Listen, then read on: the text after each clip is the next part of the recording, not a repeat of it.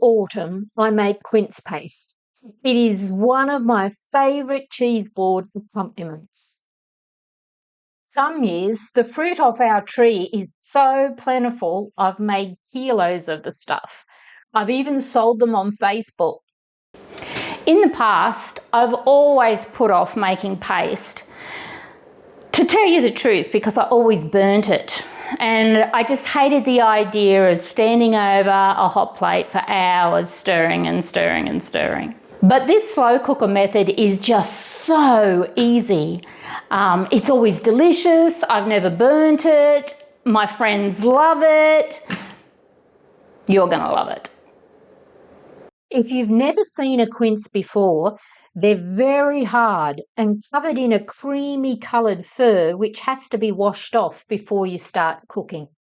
Remove the cores and chop into pieces, skin and all. Drop them in a medium-sized saucepan with a little water, star anise, cardamom and a vanilla pod. I also put in the seeds from the cores to help it set, but only the whole ones. Cover, bring it to the boil, then simmer for about 45 minutes until the fruit is very soft. Allow to cool a little and remove all the seeds and spices before blending until silky smooth. Now, you'll need to weigh your puree, so just pour it into a bowl and pop it on your kitchen scales. Don't forget to set your kitchen scales to allow for the weight of your bowl. Once you've weighed it, pour it into your slow cooker and work out how much sugar you need to add. I use this small slow cooker for a kilo batch, which is roughly 4 large quinces. So for every kilo of puree, you're going to need 750 grams of white sugar. Or for every cup of puree, you're going to need 3/4 of a cup of white sugar.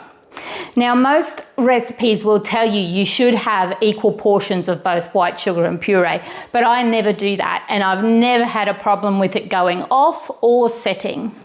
I just find that equal parts of sugar to puree just makes it taste like sugar. Whereas if you drop the sugar down to 3/4 or 75% of whatever your puree weighs, you'll find that your paste will taste like fruit. It will taste like quince, and that will just shine through, and you'll notice a big difference between your homemade quince paste and shop bought quince paste, or most other people's quince pastes. You will want to give it a stir every now and then. You can see in this photo it changing colour as it cooks. Cook on high for 5 to 6 hours with the lid off. This is very important as liquid in the paste must be able to evaporate. Isn't the colour just magic? This is the colour difference between a 6-hour reduction and a 5-hour one. Once the paste is setting, you can choose what colour you want and when to take it off the heat. Once your puree is done, spoon it into sterilised jars while it's still hot and put your lids on straight away. That's really important to create that vacuum seal because that's what's going to help preserve it. This will last in your cupboard for at least 12 months. So I make a year's supply for us every year. After that, you'll notice it'll start to lose its colour and it'll actually start to go a brown shade. Now I've got here a shop bought one. Let me just show you the difference. There we go. So after about 12 months, this one will start going this colour.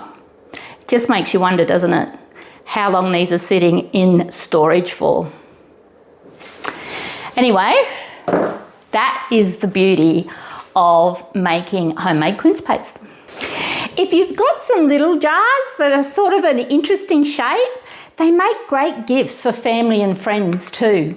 So if you make quince paste next autumn, let me know in the comments how you went. Do you have a favourite spice you like to add?